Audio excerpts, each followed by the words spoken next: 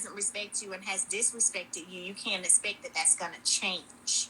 So even whatever request you may make that you feel will be better for your children or better for your family, that doesn't mean that that's what's going to be honored.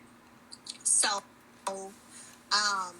how you handle those situations when they happen is you have to not allow yourself to stay upset or angry about those things. You just have to keep going, keep pushing, and not allow the enemy to win. Because one thing that I know is that sometimes people will do things just to get under your skin, or just to start with you, or just to get you a reaction or a response, just to make you upset, just to mess up your day, right?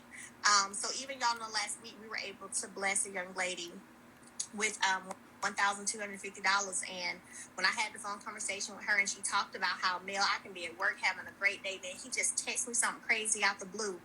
I said, girl, I know, I've been there. Let me tell you how you handle it. And I gave her some good advice on how to handle it. Because sometimes the enemy literally is just coming in to mess up your day. How it becomes like, how can I mess up this person's day, right? How can I break their soul? How can I break their spirit? And it's not necessarily the person, but it's the spirit in that person. And that's why I always say, when you understand spiritual warfare, you understand that the spirit within that person, what it desires to do, because it sees your light. And one thing that I say, when you walk into a room, you don't tremble. The demons tremble. And my mother said that to me a few months ago. When she called me on the phone because she knew something was going on, she hit me up. And she said, when you walk into a room, you don't tremble, the demons tremble. And I said, ooh, now ain't that a word? And that's the truth. That's the truth, because that's what it is. That's exactly what it is. Let me see who else is trying to. It's one person I'm waiting to see who to request to join my live, and she has not done it yet. Don't make me text her, but I will if I need to. I'm not gonna call her out, but she knows. If she hears me still, she knows I'm talking to her.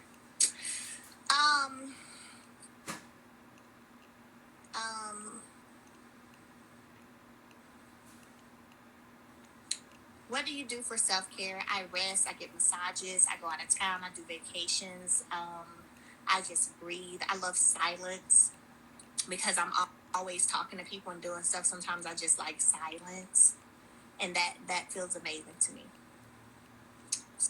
So, I see y'all saying who. I'm not gonna call her out, but she knows who. She knows who I'm talking to. She ain't requested to come up in here yet, but I know you still on here because you clearly didn't take your nap, so you might as well go ahead. Oh yeah, I thought so. That's what I thought. See that? That's what I thought. I told y'all she gonna know who I'm talking to. Didn't I tell y'all she was gonna know who I was talking to? She was gonna know who I was talking What's to. What's up, girl? Oh. What's up, boo-boo? What's up? Hey, listen. I knew you was gonna know I was talking to you. Now, I missed the beginning of the live. What were we talking about? So the beginning of the live, it wasn't nothing too much. I started letting people come on, and a few reporters came on and talked a little bit. Nothing too deep, honestly, at all. We talked about, did they get to watch the show last night? Did they find it, and all of that. So it was cool. But what I was talking to them about right now is just, like spiritual warfare and understanding that you're literally fighting against the spirit within the person, right? And not necessarily that person, and you have to treat it as such when you are in spiritual warfare. And when you're in spiritual warfare, the natural people who don't understand spiritual stuff ain't gonna understand sometimes the things you do or the moves you have to make, because they so far removed from the war that they don't even know. You know what I'm saying? And so that's what I was pointing to right now. Right now, because of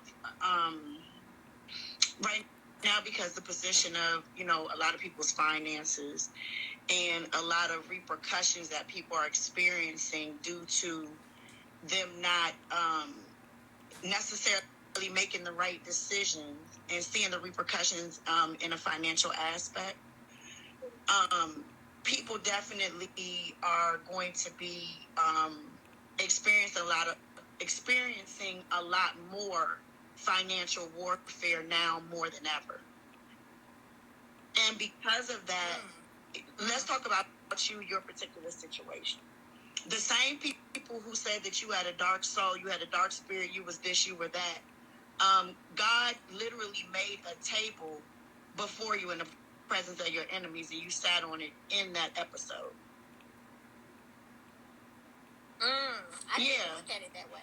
He made a table for you in the presence of your enemies. You sat right there, and the same people who had all of those negative things to say about you, God made them your footstool. So what's happening right now is that we're going through not only spiritual warfare, but people are going through financial warfare. They picked a side, and now they have to stay on it. So a lot of people that are in your space that are coming back towards you, that want to be around you, is for greed, it's for financial abundance, it's for what they can get out of the situation and not what they can pour into it. Yeah, let's talk about that, because let's talk about people pouring into other people. Right? You don't. I know for me personally, right? Of course, I have my wonderful social media family, and they're always DMing me positive things. All of that. And then of course I have my close select family and friends who are able to pour into me, right? But honestly, sometimes when you look around and you look at maybe people who are wanting things or wanting to pull from you, but they ain't pouring into you, you know? You had, at the beginning of this process and just throughout life, you've had the innocence of a child in a lot of ways, right? And that's also because you were so blanketed and overshadowed to where you couldn't have your own personal life experiences outside of being a mother, outside of being a wife.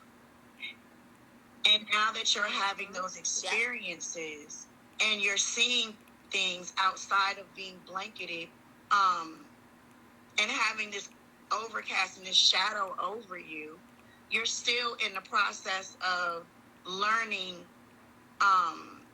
who pours into you and who comes in to, take from you. So for a lot of people, they still want you to be in that place. They still want you to be in a place where, you had the innocence of a child, and that they could capitalize off of the innocence of, your innocence. And, it's upsetting them, and they're uncomfortable because they're realizing that they made a vital mistake. And now emotionally, you graduated into a higher level of seniority. When it comes to your own personal experiences, your own personal abundance, and saying, no, I'm not really going to allow myself to be taken advantage of anymore. And you're able to see things. They want you to remain blind. And these same people, they need you. They don't want you. They need you. They don't want you, they need you. There's a difference between somebody wanting you and needing you. I would prefer someone to want me than to need me. So there's a need there at the end of the day. So a lot of times when people are in survival mode, they'll eat a steak off of a trash can lid. A survival mode, gotcha. I feel what you're saying. And somebody on here said they wanted you to talk about forgiveness. Well, we talk about this, we talk about this a lot. Forgiveness forgiveness is a tough thing, because forgiveness is a lifetime thing. Forgiveness changes. Forgiveness, one day you can say, okay, I forgive you, and that's what you say. But then they come back in, and then there's another trespass against you, making it difficult for you to forgive the initial trespass. So then they give you more to forgive. So when you sit there and you say, oh, I forgave you, they assume that you're going to keep forgiving them. So forgiveness can be a past, present, and a future thing, but it can also be a lifetime thing, depending on where this person is positioned in your life. So you can't ask me, you can't put me in a position where I forgave and then assume that I'm going to keep on forgiving. It doesn't work like that. Mm-hmm. Because when you're dealing with narcissistic, sociopathic, mentally, financially, emotionally, and physically unstable people, they're going to assume that if you forgave me once, you're going to keep on doing it. So let me see what else I can get away with. Because they don't have forgiveness in their heart. And then that goes back to them seeing your innocence. Oh, yeah. Okay. Oh, yeah. Oh, yeah. Okay. Oh, yeah. She forgave me. He forgave me. They forgave me. But forgiveness also can come with closure. Closing off and locking off that energy that you once forgave. You don't. Okay. Go ahead. No, go ahead. And let me tell you something. What I'm going to ask. Nobody on this earth walks on water. Nobody says that you have to forgive, so don't beat yourself up for not forgiving in the present moment, because forgiveness is past, present, and future. Forgiveness is a lifetime thing.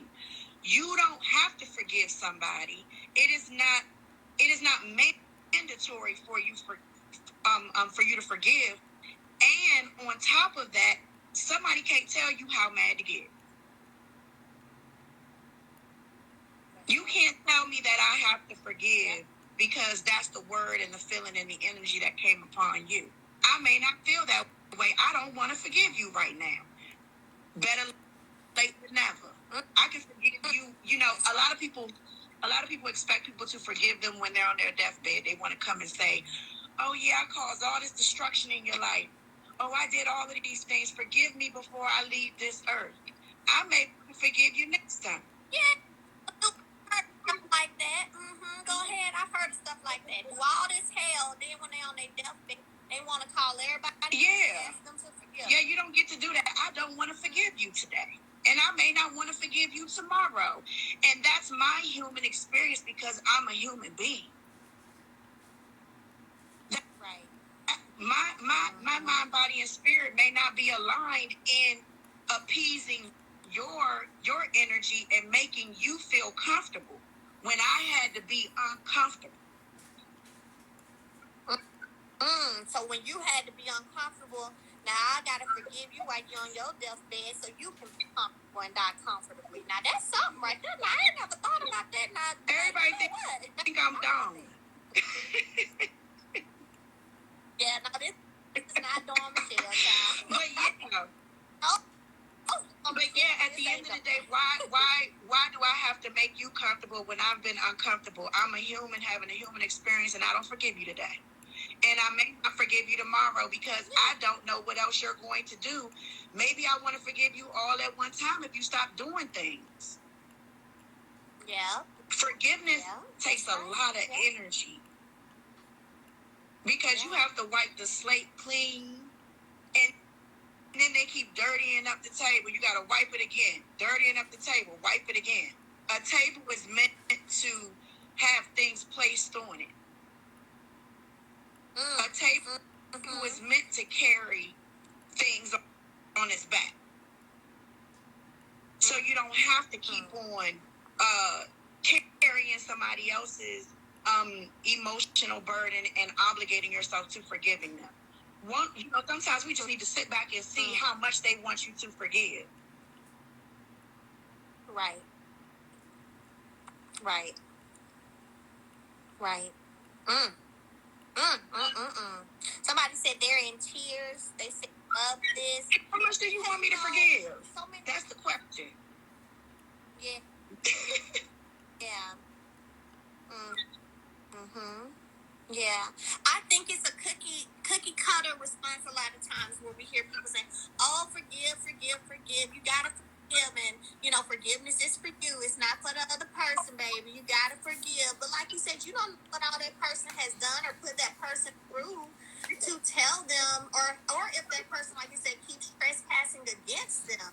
Because, like you said, I could have forgiven you in the past, but then you do something today that's stupid, right? And it's like it's stir all that back up again, So, and you have to remember you're a human being. Just listen, just because you iconic, just because you're the iconic Melody Shari, does not mean that you are still not having a human, flawed experience walking this earth. So, people just need, people in general need to be easy on themselves, and they need to forgive themselves. A lot of times, stop worrying about forgiving somebody else and start forgiving yourself. Oh, I know that's right. Forget, girl. Hallelujah. Yes, girl. Lord Jesus. Because let me tell you, I had to forgive myself, okay, for not loving myself enough. I'm going to try not to cry, but this is so real. And I hear so many women in my DMs going through things, talking about stuff. But let me tell you, you have to forgive yourself for not respecting yourself enough, not loving yourself enough, not caring about yourself enough, not having dignity, enough dignity to stand up for yourself. Like, keep your dignity at all times. Let your dignity outweigh your fear. Let your dignity outweigh your fear. Yes, yes, yes. Ooh, I definitely had to go through that. I had to go through that because you will be like, what in the hell did I even? Why did I give this person this many chances to step on me? Why did I even? And then you know what I'm saying? Like, girl, I know what you're talking about. I know what you're talking about. Yeah, you gotta forgive yourself first before you can ever forgive anybody else. Period. Yep. Point blank.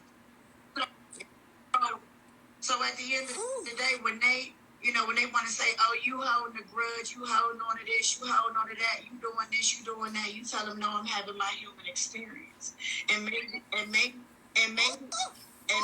haven't forgiven myself, so you last on the list." I'm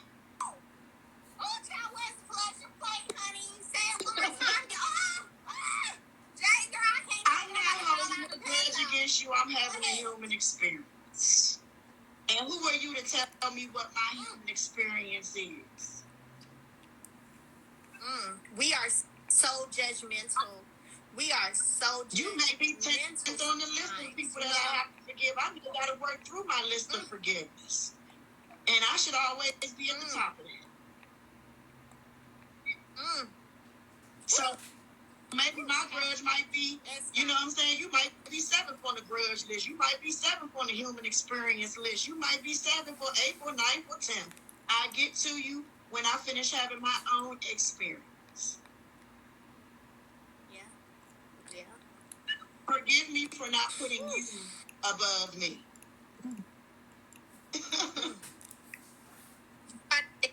This is changing my heart. Somebody said, "Say it louder for the people in the back. Let the church say amen." That's what they say over here. Playtime is over. Playtime is over because one thing about it, if God doesn't make an example out of you in one way, He's going to make an example out of you in all ways.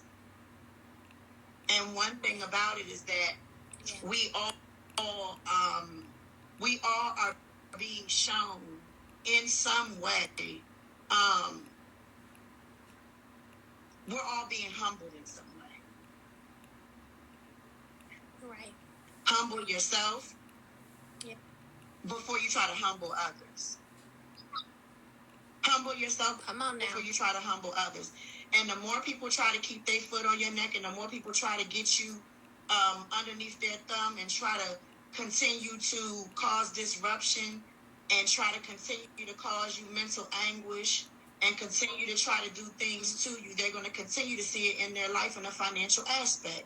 Because where we are right now is where finances and everything of that nature is changing.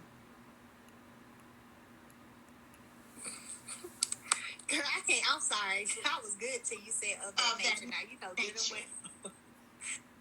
we can't be doing things of that nature. I was talking to my photographer one day on the phone. Photographers I use sometimes, child. We was on the phone talking, and he kept saying, you know, and things of that nature, you know, and things. You I was like, child. I said, you look, already I said, I'm sorry, but you already know I was trying to be ding ding We are not playing, okay? God bless you on your financial journeys, honey, because you're gonna be right down the road. I'll talk to you later. No, not you, but I'm just saying in general. We'll talk to you later. Okay. Oh my God. Playtime is over. Stop playing with Mel now.